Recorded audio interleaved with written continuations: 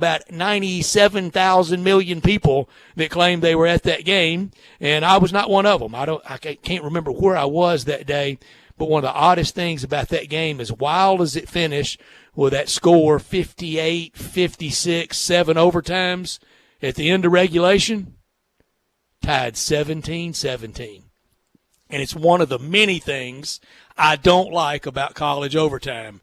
Drew kills me. Rob did through the years. Dave does. Everybody does. I know I'm in a distinct minority, maybe of one. I'd be fine with a tie. I'm not wild about overtime. And I'm sure not wild about how we do it in college football. Don't know if the NFL is preferable to it, but I'm not wild about a tie. We would have to break a tie in the SEC championship game and the college football playoffs.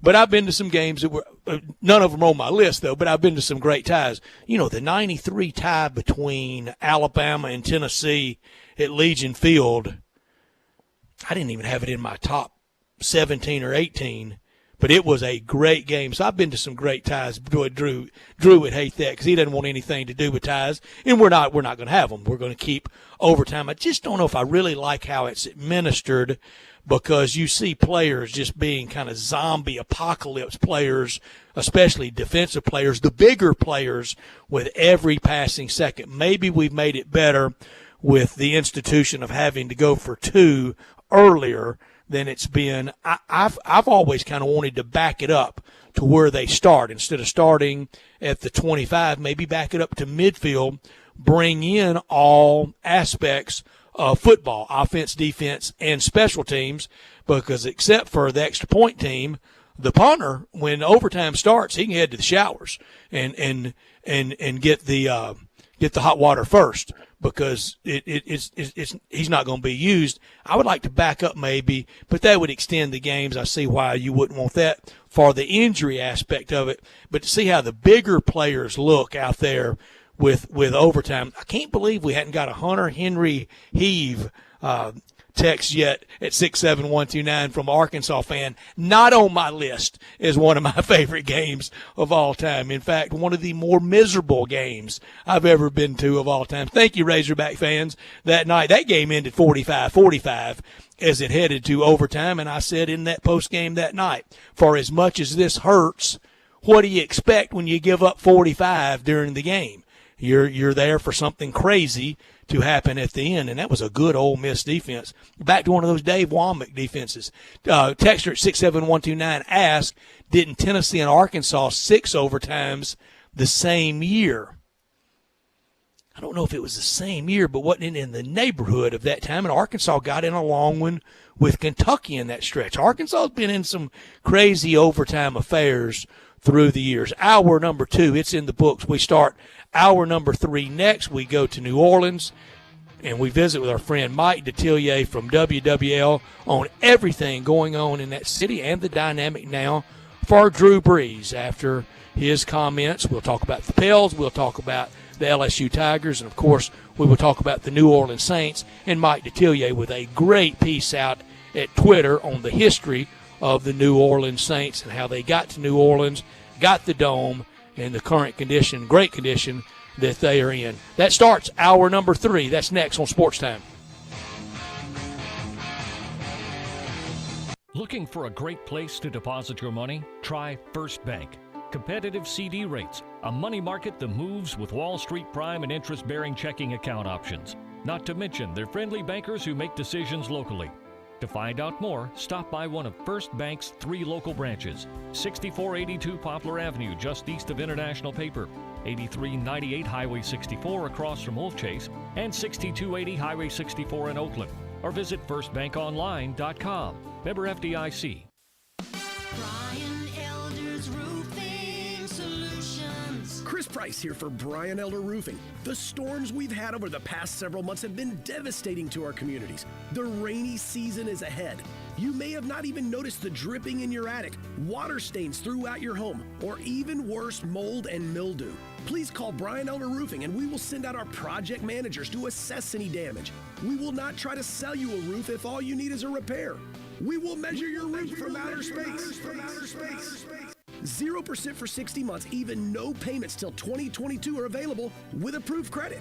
If you've noticed missing shingles, water stains, leaks in your roof, call us before you call your insurance company at 867-0303. That's 867-0303, and we will provide a free, thorough inspection of your roof's condition. Call 867-0303. Brian Elders Roofing Solutions. At Advance Auto Parts, we take the guesswork out of your oil change. Our experts will help you find the right oil, the right filter, at the right price every day.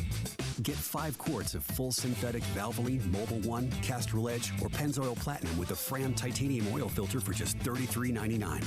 Plus, this July, we're donating $1 to Building Homes for Heroes with every 5-quart bottle of Valvoline sold. Advance your auto at Advance Auto Parts and participating CarQuest locations. See store for details. Hi, this is Rob Brown. Join Pete Cordelli and me for Sidelines, Saturday mornings, 8 to 10 a.m. on Sports 56, 87.7, and 96.1 FM. We'll cover the Memphis Tigers, the SEC, recruiting. Hey, if they keep score, we're covering it. Check us out on the website at sports56whbq.com and sidelines.live. Sidelines is brought to you by Duncan Williams Asset Management. Saturday mornings, 8 to 10 a.m. Get up and give us a call. We are Sports 56, WHBQ Memphis, WIVG-FM Tunica Memphis, and WPG-FLP Memphis, Flynn Broadcasting Stations. Welcome back to Sportstime on Sports 56 with Waldo and Stats. This hour of Sportstime is brought to you by DeSoto Auto Sales. Here once again are Dave Woloshin and Brett Norsworthy. Hour number 3 for this Thursday afternoon, July 2nd, 2020. It starts now, and as the announcer man said, brought to you every day proudly by the great folks at DeSoto Auto Sales. We're proud of them. We're proud to have their association with us down on Goodman Road at 5704 Goodman Road. Go online. You're talking about proud. You can check out all the happy referrals, the repeat after repeat after repeat customers that they have at DeSotoAutoSales.com. All the cars test driven, checked out bumper to bumper, head to toe at DeSoto Auto Sales. Unlimited inventory, every make, every model. If it's not on the lot, they'll go out and find it for you.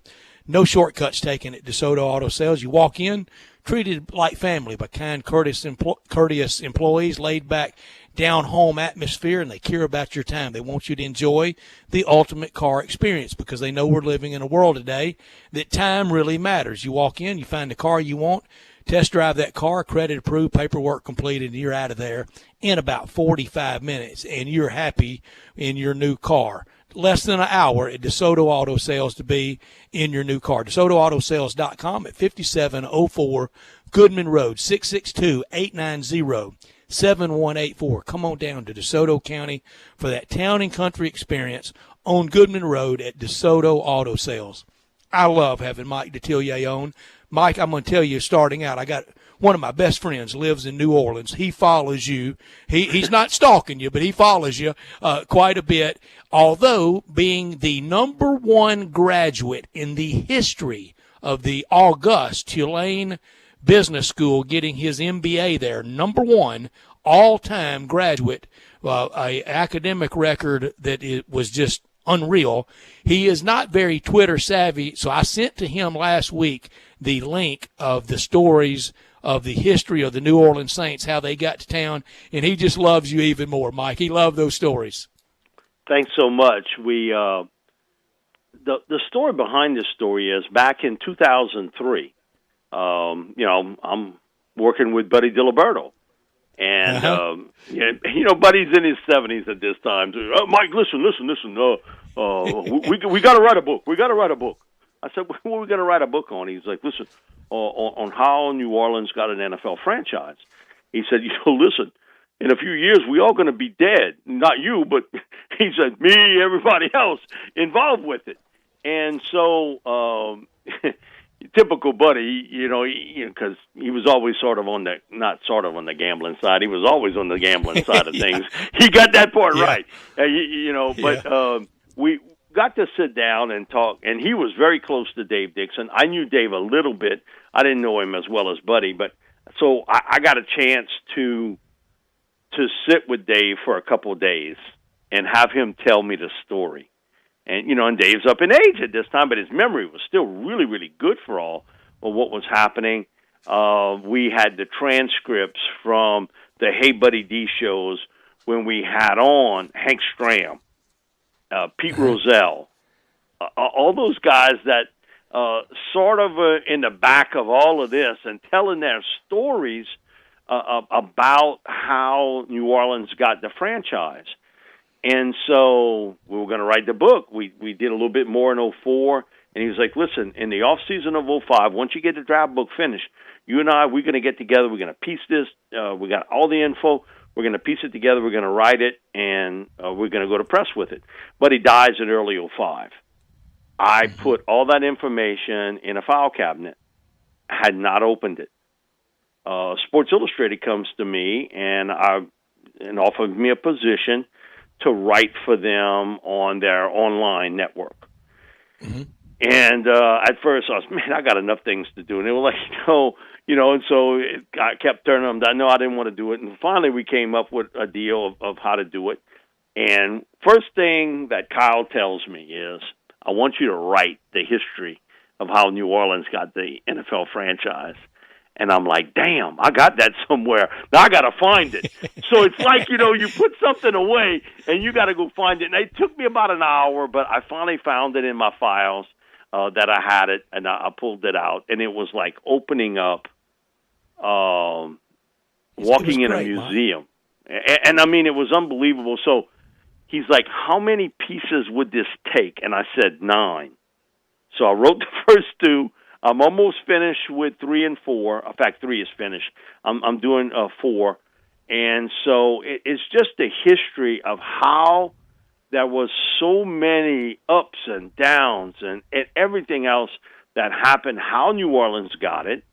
And Dave always thought that once Atlanta got the first really Southern team, because Dallas and Houston was there in 60, and then Atlanta gets that first Southern team. Dave thought the city he had to beat, Memphis, Tennessee. Oh, yeah, and we always thought we were on that track, and here's something that we share, and you wrote about it quite extensively in parts 1 and 2, and we thought, I was just a tot, practically a newborn, but Memphis thought they had in the early 60s the Dallas Texans moving, Lamar Hunt moving from Dallas. And yeah, we thought we had them too. And New Orleans thought they had them as well, and of course they end up in Kansas City, and the rest is history with one of the, if not the best owner in the history of sports, Lamar Hunt and his family. But we had a zero mayor back then, and he didn't want the Dallas Texans moving here. But New Orleans got that same thing as they had gotten restless in Dallas and knew the Cowboys were going to take over. But they landed in Kansas City, and my friend that I sent the text to, and he lamented, he said, you mean New Orleans could have had Lamar Hunt and had to suffer through the boy Tutankhamun genius, John Meekum? Dave was so funny about it because, and I'll give away part of this, in part 8, the Saints are given the franchise, November 1st, 1966. New Orleans gets the franchise. They have the announcement, no owner. So, yeah, got a problem there. Okay, now we got a little issue. Now we got to figure out who's the owner. And so it came down to a group of people, and Dave always lamented that I thought we were going to have a discussion about who's the owner is going to be with the Saints, the first one. And he said, so I'm sitting in the room with Vince Lombardi, George Hallis, Lamar Hunt, Carl Rosenblum, who at that time was the owner of the Baltimore Colts until he switched franchise and got the Rams, and Rozelle. And he said, I think this is going to be a long meeting. And he said, Lombardi in his typical, sort of self, he said, he was always impatient. He was like, Dixon, tell us who's going to be the owner and let's get this damn meeting over with. And Dave was like, Coach, he's like, tell us who the owner's going to be so we can get out of here. He said, I made the comment, John Meekum Jr. And he said, we adjourned the meeting and Meekum got the team. He said, no discussion. None. He said, 28 years old? What's that? Was he 28 years old? He was 27. At that time, he was 27 years old. And he said, Mike, I should have known better. And he said, you deal with this a lot more than me because you're dealing with people of a certain age more than I do. So this is back in 03, tells me this. Yeah. He's like, I knew I had made the mistake as soon as I walked out of that room. And why is because John would never return a phone call. He was chronically late to any meeting or event that he had to be involved with. And he said, I can't stand that. And he said, here's the other thing. His dad sort of pushed the fact, John's making these deals for me in the oil and gas business. And Dave said, I found out later, John Jr. never made a deal in his life. He was the kind of the backslapper. He said, Mike, he had come out of Central Casting, this 6'4", handsome guy coming from a family that at that time was worth $500 million. Now, I don't know what that equates to today's money, but $500 million in 1966 is unbelievable. And he had success. His dad did in race car business, all field business. He was one of the first people to negotiate deals in Kuwait and Iran to drill near the coast in Iran, because at one point they were just drilling inwards. Well, Meekum Senior thought of the idea, man, if we don't have to run all those pipelines, you know how much money that's saving us? If we can strike oil right next to the sea. Let's do that. And he said, man, the old man was raking it in, but his deal was that, John, he said, I hate to term it this way. He's like the good-looking gal that you meet in college, and you say, boy, I'd like to date her. Man, she's a pretty girl. She's smart. She's got everything going for her. And when you meet up with her at the 25-year reunion, she's either divorced or she's never been married. He said, you don't wonder why. You understand there's something there. And he said John was like that. He was a male version of that. That in essence, man, don't tell me, but he never did anything. It was always his dad. It was always Senior who had all that money and put him in that position. And Diliberto's deal is, and I will write this part of it, but he was, Mike, I swear to you, I think the old man bought him the team just to get him out of his hair. Just to say, you know what? You done screwed up enough things for me in the all business. You go do something else, and I'm going to take care of this. Now, if you knew, buddy, you knew that was typical Diliberto. But you think about from 1967 to 1985, he did not have a winning season. He did not have a team with a winning season. And it was so haphazard. No one had central control. John was listening to the people that would do his shoes. He had these handmade shoes. He'd go to a shoemaker, and they'd make the shoes for him, and he would listen to the guy. He would stop off at a bar. He would listen to the bartender. Hey, draft so-and-so. Yeah. Yeah.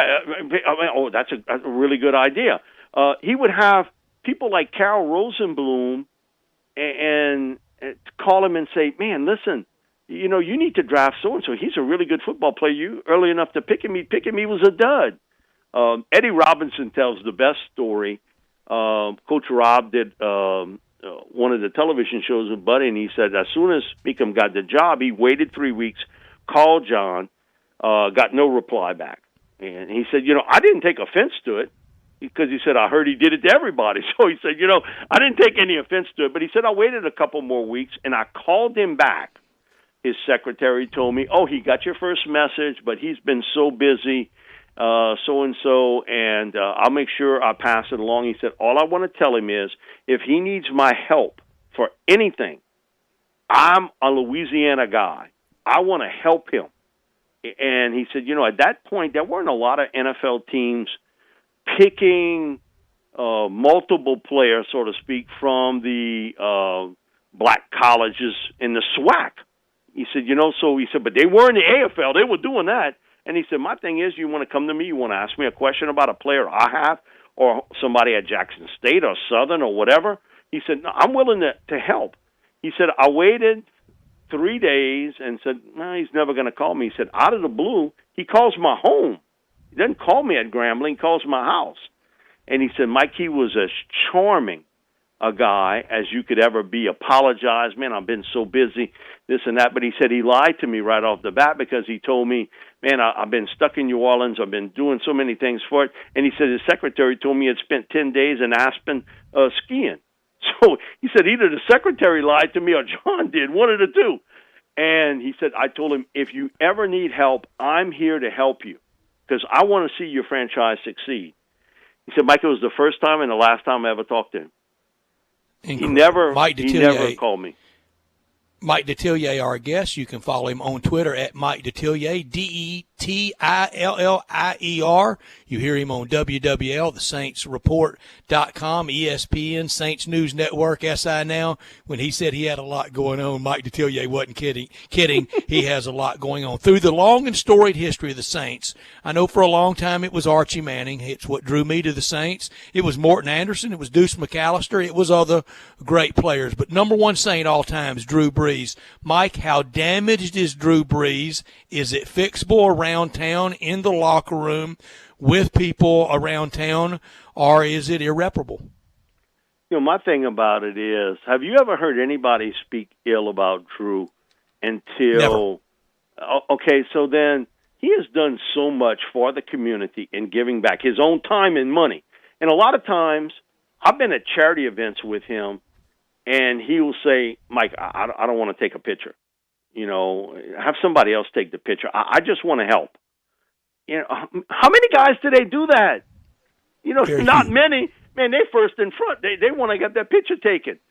Drew wasn't like that. How he's communicated with his teammates throughout the years, they've all said the same thing about him. He treats everybody the same. He's a great relationship with players, and it doesn't matter what color you are. It doesn't matter where you grew up, what school you went to. Now, I've heard that speech by Drew, okay? And he reminded me of a politician that if you asked him a question, and I think he sort of was unsure of how to answer it because, it's almost like he was cocooned at that point, not seeing or hearing anything in the outside world around him, which had dramatically changed. He went back to what? He went back to the script. I've heard him say that zillions of times. My daughter works for the World War II Museum, and I've heard him make that speech there at least 3 times. The exact same thing. But, it's sometimes just like football. It's not who you play, but when you play it. Well, when you make comments, it's not what you say, but when you say it. Yeah, and that's how what it's him. Presented. That got him. And it caught him. But Mike, at that what point. he did was so smart. I love invoking this. Jack Nicklaus always said the key thing after you hit a ball into a bad position, once you get into trouble, start getting out of trouble. That needs to be the first thing, and I think he did that, and I think it will be repaired. Let's talk about the Pels. And I don't think as they go. And I don't think, Brett, he's going to have any problems. There'll always be, I think, maybe some players that say, man, somebody gave him that script to read. But I think if you know the guy, you understand that he is somebody who maybe didn't grow up like you. Okay, he didn't grow up he grew up in a certain atmosphere, just like I did. I grew up differently from you or anybody else. We all did. And we all have. And we've all said things, man, if we could just rephrase it a certain way. Oh, man. Man, if you've been on the air as long as us, you know damn well that that's true, that you would have said it differently at that point. But I think he got caught, and so just like a politician, he went back to the script that he had always said, not thinking at all about what was happening in the outside world at that point, and I think it'll be fine in the locker room. I don't think there'll be major issues with it and his relationship with the leaders on this team. If it's been Cam Jordan, if it's Demario Davis, if it's Teron Armstead, Michael Thomas, you name them, they sort of came to his defense, so to speak, on that point. So you get it, that's going to be fine. If they don't win this year, a Super Bowl, it won't be because of the comments Drew Brees made in the offseason. Last thing for Mike Detillier from WWL, among many great places in New Orleans, the Pels in the restart, and it will be competition between the Pelicans and the Grizzlies, and we will be watching everything from the Orlando restart. Are they excited about it? How much noise will the New Orleans Pelicans make in Orlando? Man, this is a really young basketball team. I mean, really young. How all this plays out, of understanding that you don't have a long season. This is a short period to do it, to catch up. And I would just be taking a guess on how that young basketball team will react to the point of, okay, you in a playoff situation here. There is no tomorrow. You got to win now. You can't wait 2 weeks from now. You got to win today.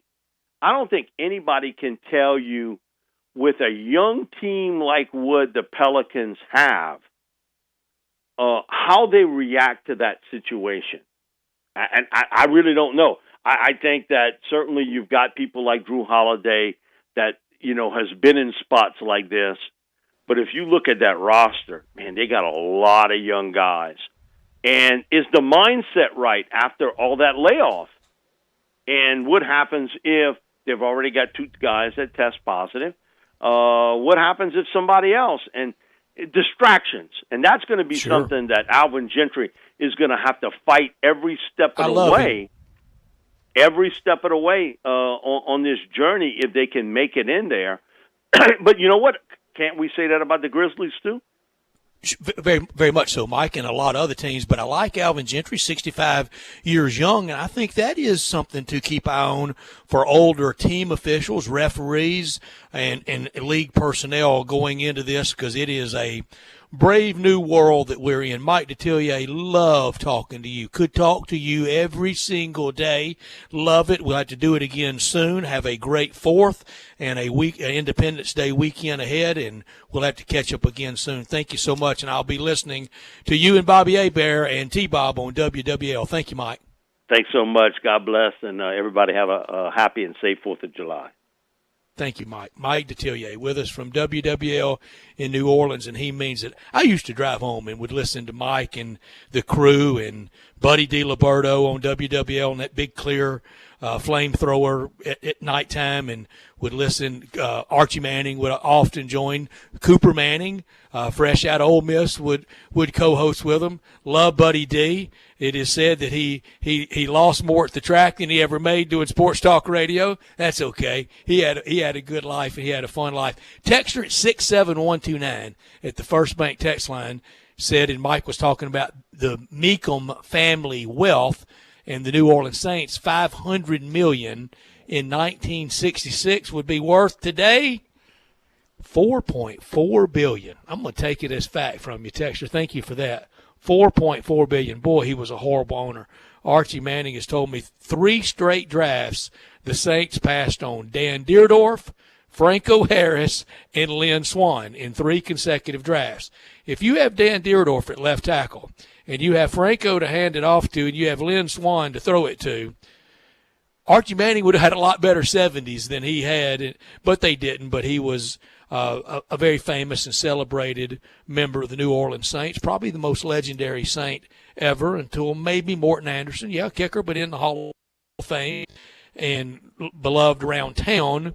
And just like Drew Brees, that's something all 3 of those players, and Deuce McAllister, all beloved around town, just rock star status, just treated like royalty that they are around a place that loves professional football. That link to Memphis and New Orleans, that we both had a shot at the Dallas Texans with Lamar Hunt looking for a place to play.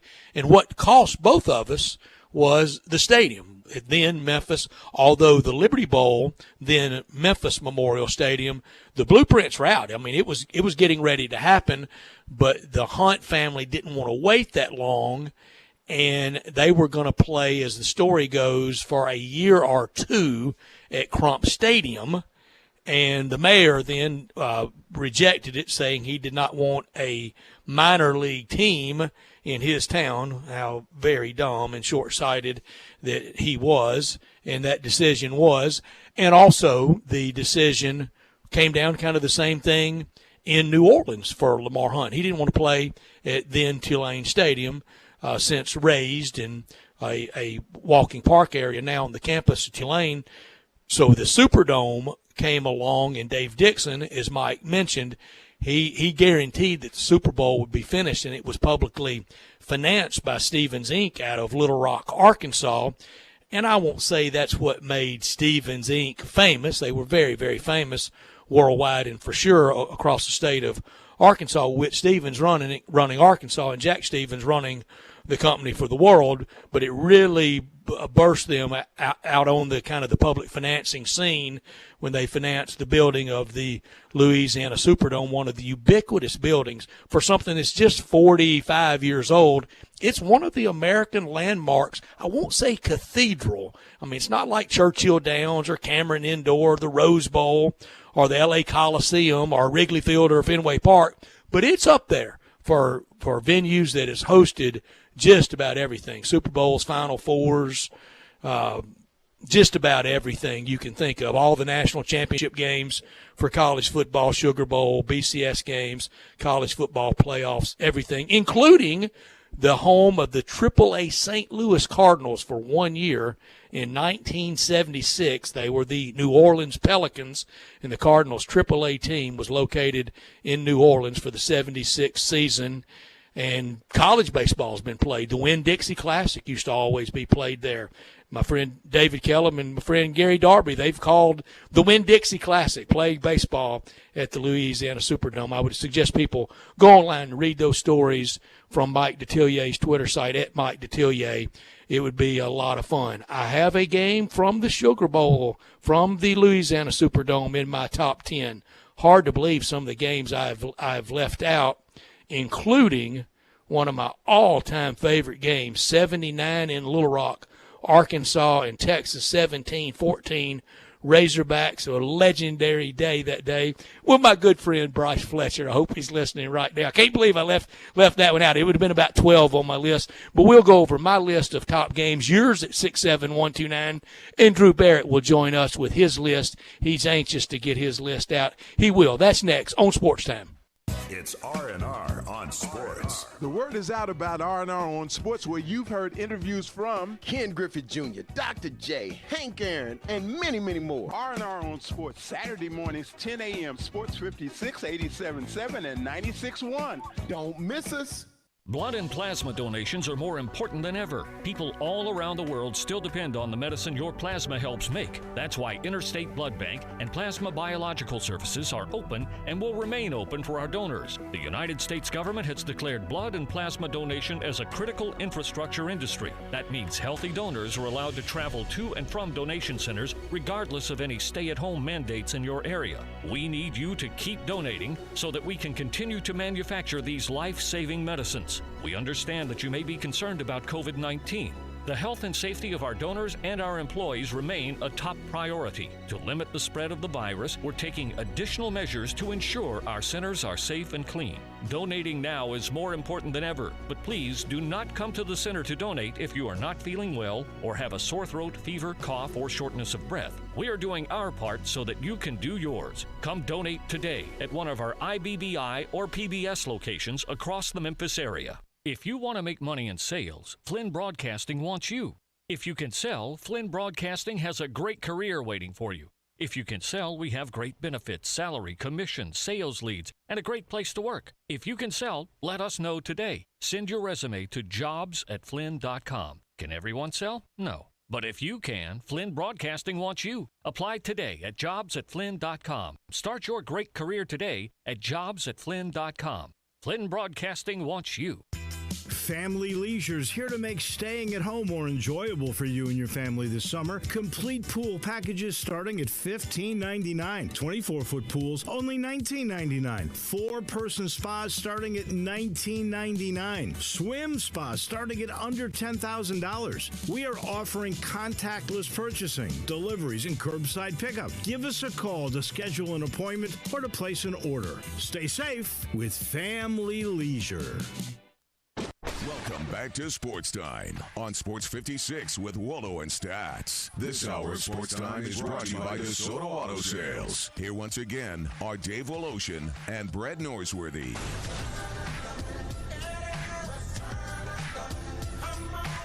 Thank you, Carl Morris, producing. Drew Barrett joins me now to talk about his list of college football games, his top 10 that he has seen in person, not on TV. You had to be at the ballpark. We've got a lot of great ones at the First Bank text line.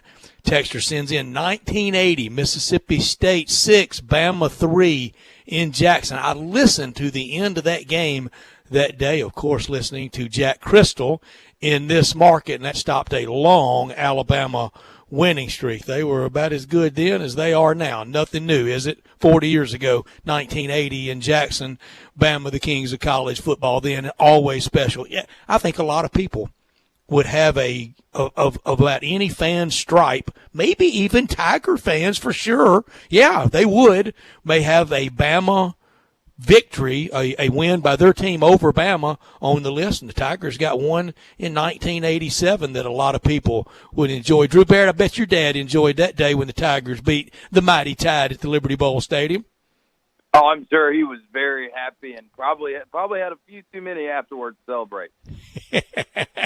Well, goalposts come down when you beat Alabama. It's a funny common denominator with people, and I'm a little bit – Drew, this is the first time I've ever embarked on this kind of list. All the lists we do and all the things we do, especially in the run-up to college football, I had never really thought about it. One time a friend of mine asked me, what do you think the top 2 or 3 games you've been to? And I said, man, I don't know. I love them all. I don't even want to embark on the list. And since I have, it has been difficult. I'll leave off something. I'll think of something else. This is most all college for me. You start with yours. We're going to have different perspectives with yours through the lens of 25, me through the lens of 58. Yours will change through the years. And I don't have a team that I was for in a loss on my list, but I think you do because I think the Cotton Bowl for the Tigers had that big impact on you. Yeah, I actually have 2 losses on my top 10 list, just due to how great of a game and the impact it had on Tiger Nation in large. But and I actually have a game that doesn't include the University of Memphis. That's allowed? I guess so. It's on. Fire away.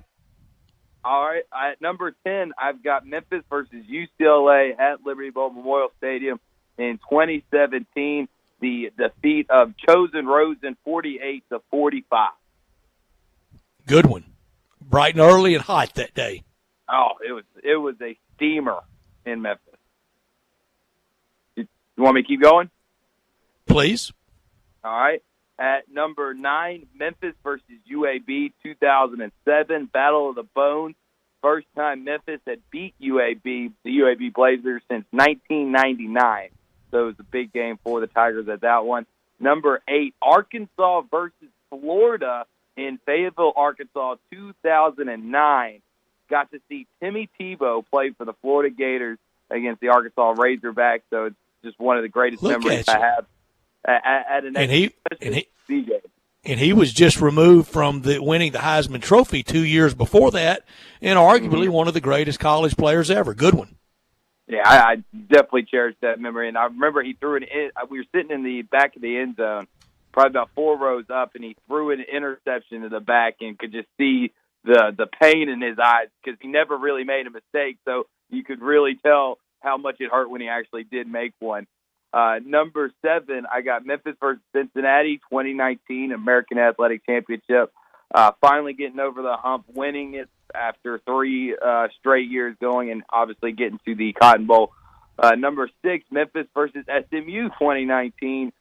College game day, just the whole atmosphere, not just the game, but the entire day. And remember the wise old man on the air that said, college game day ends magically only if your team wins. You remember that old guy that said that? I'm pretty sure it was you. And he was right, wasn't he? Yeah, you were. Because if we had lost that game, there's no way this is on my top 10 list. It's not.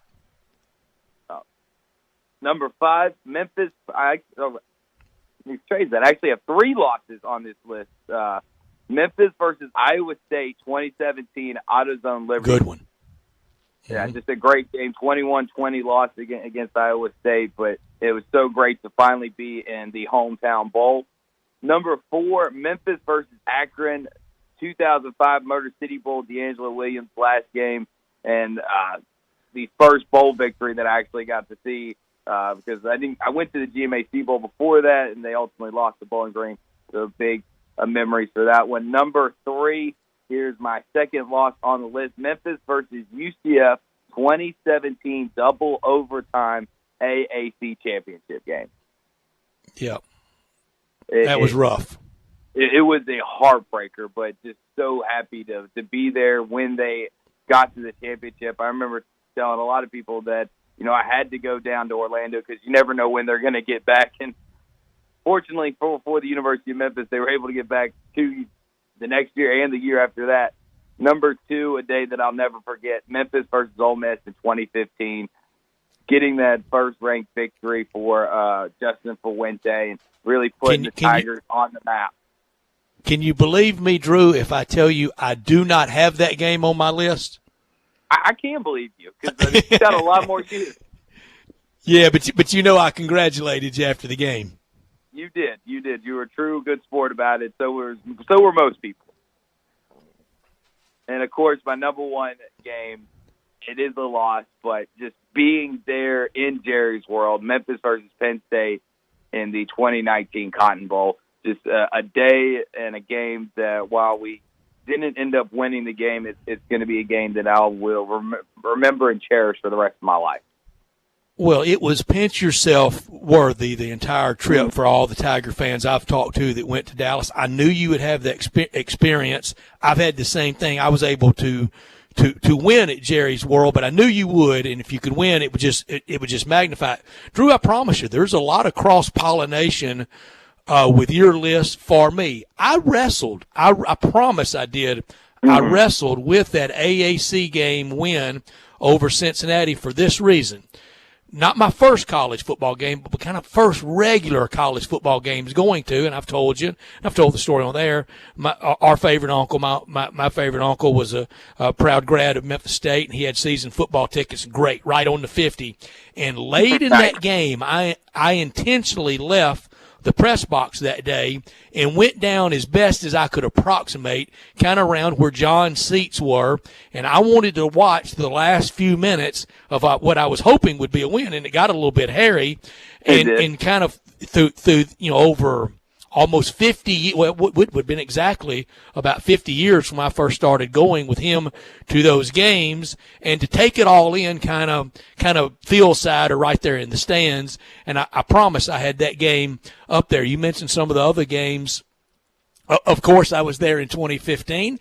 Not quite as excited as you were that day, but I knew the Tigers fans and the spirit that day and what that thrill of victory was like, because Ole Miss had that big win over Alabama just a few weeks before that, and Tiger fans taking a lot of luxury in A, beating Ole Miss, but B, beating a good Ole Miss team that had just defeated the Mighty Tide at Bryant-Denny Stadium. So a lot of ties to that. Here's mine, number 10, and I'm going to start with the Memphis Tigers. And the November 9th, 1996 win over Tennessee. It's the only win ever over Tennessee. I was field side as the clock wound down and the fans poured over the stands, and the south goalpost came down in record time. I mean, in the Guinness Book of World Records, that south end zone goalpost. Now, they struggled a little bit with the north end zone. I don't know what it is about south end zones coming down easily. Same thing happened in Oxford in 2014 at the Katy Perry game in the win over Bama. South came down in a blink of an eye. North was a little bit of a struggle. Maybe it goes all the way back to the Union Army, the North being a struggle to topple. Maybe it's metaphorical. But number 10, Tigers over Tennessee, November 9th, 1996, 27-point underdog that day to a mighty Tennessee team, and Peyton Manning under center for the Volunteers. Number 9, my first game ever, my first college football game ever, Liberty Bowl Memorial Stadium, probably my favorite stadium in the country to go to a game in because I've had so many good times there. My first game ever, December 13th, 1969, AutoZone Liberty Bowl. Got to see Bear Bryant that day and Ralphie the Buffalo for Colorado. Colorado won that day 47-33, but my first college football game I ever attended in person with my mother, my brother, and my uncle. My dad was at National Guard drill, and my uncle drove us over. We went to the game, and we had a blast and went to the world-famous rendezvous after the game for the first time ever. Big day for a young Brett Norsworthy that day. Number 8, freshman at Fayetteville on October 17th, 1981, a week after Texas had annihilated Oklahoma in the Red River Shootout. They came in as the big favorite, almost impossible odds against Arkansas that day, and it wasn't even close. 42-11 Arkansas over Texas that day, and the goalpost came down again. South end zone goalpost down much quicker than north end zone. We're on to something here, Drew. We really are. I think we are. It's either the way that the goalposts are built is into the stadium, or it's just the fact that once you get one down, it's a little harder to build up strength to get the second one. And I think security gets around that second one and makes it a little closer. Number 7 for me, it was not just a goal line stand, but it was an 8-play goal line stand. Ole Miss in the 92 Egg Bowl on a sleet and snow frozen tundra at Vaught Hemingway. And, yes, I was outdoors in a seat that day, not in the comfy confines of the press box. Stopped them on 4 straight plays and then got the ball back, turned it over, had to stop them 4 more times, the 8-play goal line stand to secure the golden egg that day. Number 6 for me, just a few years ago, to go for the only time that I've been to the Red River Shootout on the fairgrounds of the Texas State Fair at the Cotton Bowl Stadium, and I saw a magical game and saw Baker Mayfield put on a show. That's number 6 for me. Final was like 45-41, classic game and a classic good time. Number 5 for me, December 1st, 2001, 68 degrees at kickoff, then a Philadelphia record high for Army-Navy 16 weeks after 9/11. The pageantry, the fanfare, the patriotism was incredible, and was at that game, and the Army won, and then they went a long time without winning that game before they have now won 3 or 4 in a row. Number 4 for me, you were at the Liberty Bowl for that Iowa State Tigers game, and I texted you from the swimming pool I was in Los Angeles. That was a cheap shot, wasn't it? It was a cheap shot, especially since I think I was the only person dumb enough to leave their gloves at home because it was freezing. I thought they were going to have to chop my hands off. It was not freezing in Beverly Hills that day. It was quite nice. I watched the Tigers on TV that day, and then the next day I go to the Rose Bowl game at the Rose Bowl Stadium, college football playoff semifinal game, OU and Georgia overtime, the only overtime in Rose Bowl history. Heisman Trophy winner Baker Mayfield for OU that day. Classic finish. Georgia wins, and it was great in every aspect. Who I went with, how we did it, the Rose Parade, the game itself that night, everything magical about it. Number 3 for me, 2014, the Katy Perry game in Oxford Ole Miss, and all week long I picked Ole Miss to win 24-17. It was not my heart. I really thought they were better, and you will see that I am leaving off 2015 at Bryant-Denny Stadium winning that game. It is not in my it's not on my list because I thought that night it was more luck and a lot of freaky plays that was really the reason. That day in Oxford in 2014, Ole Miss was just better. They were better. They were better all day long. They win 23-17. A blocked extra point cost me being right on the score, and the party was on, and it was one of the fun nights and fun weekends of my life. And I'll never forget the next morning I tweeted the picture out. And I don't know how they do it, but the Grove and the university cleanup crew, you would never know a single person had been there the day before by 7 the next morning. It's spotless. And I tweeted out the picture. You'll never know that history was made here yesterday. I mean, it looks so different than the scene the day before. Number 2 for me, December 29th, 1982. College football world says goodbye to Coach Bear Bryant. He wins the AutoZone Liberty Bowl 21-15, and it was some kind of cold, and it was one of those nights too. But number 1 for me in the Louisiana Superdome, I lived long enough to finally see Ole Miss win a Sugar Bowl, and it was quite a night. Sounds like an incredible list. I was sitting here wondering when you rattled off the Bear Bryant's last game, what was actually going to be number 1, because you carry around that ticket stub like it's the Holy Grail. I do carry that ticket stub around, and it was some night, and fun had ball. Every year on that date, I called the 2 guys I went to, and we have every year since that game, and one of the 2 that night suggested, we were at the Peabody pregame and having a good time, plenty of antifreeze being put into the system, and one of them suggested, let's don't go to the game. It's too cold. Let's just stay here and drink and watch the game here and pass on all that. I said, if I got to sit out there naked, I'm going to Bears last game. And we did. And it was some night, one of the real historic nights. But number 1, to finally see the Ole Miss Rebels win a Sugar Bowl. And I called my mother early that day on New Year's Day to wish her a Happy New Year. And she, I'd been in New Orleans with the Ole Miss radio crew and doing shows from down there for about 7 or 8 days. And she asked me, she said, well, is it fun? I said, if we lose, it's probably the best Ole Miss experience ever. I said, if we win, I can't imagine it. We won. That's why it's number 1. Yeah. I mean, it sounds like a perfect top-of-the-list game. Man, but you think I've got some games I left out. What was the game that you really wrestle with in a glaring omission? Tell you the truth, one of them, and it's going to probably be another loss, was going to be my first bowl game, the GMAC Bowl, and it was a real memorable game, just the downpour of it. We had tickets right in the corner of the end zone. I still, to this day, can picture it perfectly. D'Angelo takes the handoff, he's running left, he cuts the corner, and gets taken out, and his knee gets taken out about 20 feet right there in front of him. He's done for the rest of the game. We end up losing the Bowling Green. So while it was kind of a bad memory, it's just one of those that has always stood there with me. And I've told the story before of why Joe Doss is my favorite player. And I would have had that game, the story basically where he pointed at me after he scored a touchdown while I was pointing at him. But I can't remember the exact game. And I've gone back to all 4 seasons, and I can't, for the life of me, recall which game it was. So I can't put it It'll come to you. And Joe Doss is your guy.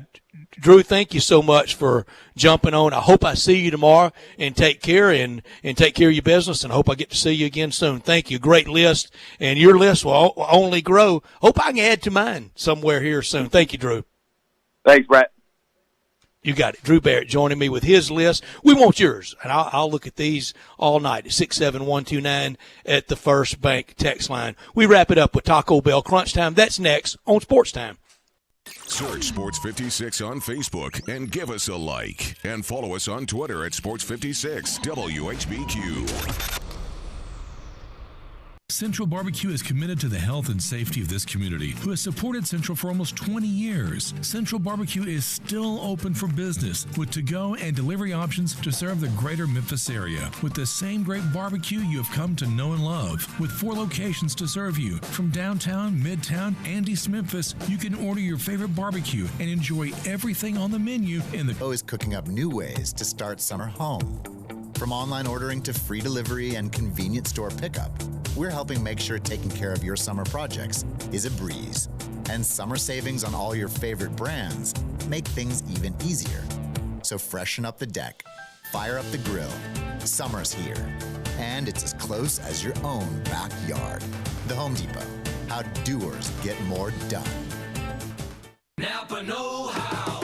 Right now, get 5 quarts of Napa Full Synthetic Motor Oil plus a Platinum Oil filter for just $22.98. Why does synthetic motor oil give your engine superior lubrication and protection? Because science. That's why. Pick up 5 quarts of Napa Full Synthetic plus a Platinum Oil filter for just $22.98.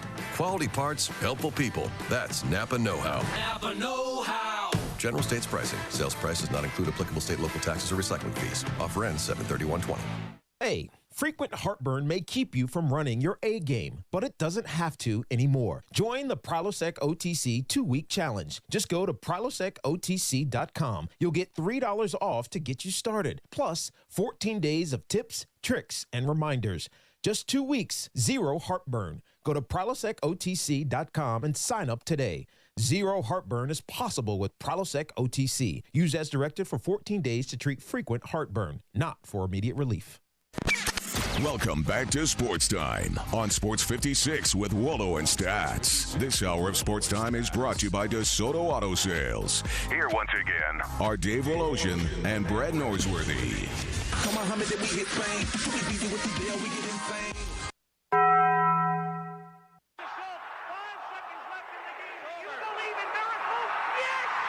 Go crazy, folks! Go crazy! This is for all the biggest crunch time. You are looking live. In your life have you seen anything like that? Take questions again for the student athletes at this time, please. What's happening, big dog? How you doing? Is this thing working? It's obviously crunch time. Hammer, nail, coffin. This baby is over. Woo! Woo! Time for Taco Bell Crunch Time. Taco Bell, home of the crispy tortilla chips, topped with a double portion of either seasoned beef or shredded chicken, plus refried beans, nacho cheese sauce, reduced fat sour cream, guacamole, and a 3-cheese blend. Nachos Bel Grande, heaping portion of chips, topped with ground beef, tomatoes, beans, nacho cheese sauce, and a dollop of sour cream. Taco Bell, home to great food you get on your way home real fast, and they bring you crunch time every day. They do, and we appreciate Taco Bell of Memphis and the Mid-South so much for bringing us Taco Bell Crunch Time every day. Thank you, thank you, thank you. What I learned today was the Birdie Binge. It's on in Motown at the Rocket Mortgage Classic. They're real good, but these courses have been set up for scoring. Ricky Fowler with a great day today. Bryson DeChambeau with a big day today. A lot of scores. There aren't many over par. A lot of evens and a whole lot of 1, 2, 3, 4, 5, 6, 7s and under. A lot of great scores in Detroit. That's fine. I like birdies. I don't want to watch them struggle, and we're going to see them rip it apart the rest of the weekend. Also learned today, USC, they reverse course. No in-person, on-campus classes this fall. Everything online. Everything's going to be Zoom. It's a lot of money to pay for glorified Zoom sessions and things like that. The instruction in the class is hard to replace, but that's where we are. Also, USC opening day opponent for Alabama. No on-campus classes may impact football for the historic Trojan program in Coach Clay Helton. Also learned today, baseball starting reporting tomorrow. The Major League Baseball Network with all-day coverage in the 30 different locales of Major League Baseball teams. I'll be watching. I don't know if I'll move the needle on the ratings for it or not, but I'll be watching. I'm ready to get something back. It beats watching Fauci and Burks every afternoon. That's for damn sure. Could have done without Akron cutting Cross country, cutting, golf. Appalachian State, soccer teams, indoor track, cut. Boise State, baseball, cut. Central Michigan, track, cut. Cincinnati, soccer, cut. UConn, who cares about UConn? But cross country, tennis, and swimming, all cut. East Carolina, tennis, swimming, cut. Florida International, indoor track, cut. Old Dominion, wrestling, not wrestling, cut. A lot of American tennis will be annihilated. We were already hurting worldwide with American tennis, especially on the male side, more the male side than anything else. It was just about dead. This could finish it off. And while a lot of people may not be fans of those sports I just mentioned, it will show in a few years in the medal count at Olympics, maybe even next summer in Tokyo if we have the 2020 Olympics in 2021. Without a vaccine, we won't have the Olympics next year, and then it'll be on to 2024, and then on to 2028 when the United States will host, and the LA Memorial Coliseum, once again, will be central to all the plans, as it has been in 1932 and in 1984.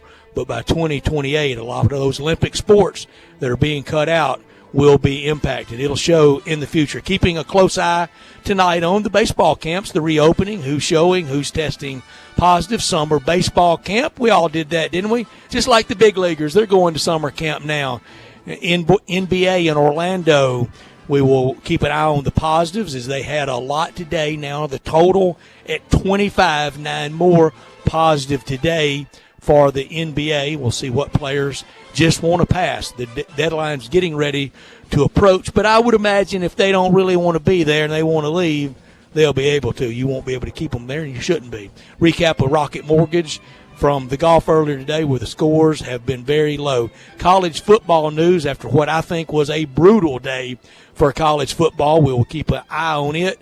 Also keep an eye on the NFL, as it's just about to scrap all the preseason games. We know we're down to 2, and that will be big money for those owners. They don't have to share any of that. When they have those preseason games, that is a license to print money. They also get to go out and they get to sell most of the TV for it in the local market. That's also big money for them, and it'll be big money for a lot of our friends that work in the NFL if they have to miss checks for NFL preseason games in August. I know a lot of people don't like them, but they are necessary. They are a necessary ends to a means, and it will show this year. Carl, appreciate you very much. Love Drew joining us at 5:30 with his list. I want to thank Bill Bender from the Sporting News. Also want to thank Keith Smith from Yahoo Sports on the NBA. Nate Gabler on from Sports Illustrated covering Ole Miss, and Mike Detillier from WWL joining us. For Carl, I'm Brett. Everyone have a safe, great Thursday night. We will talk with you tomorrow at 3 o'clock on Sports 56 on Sportstime.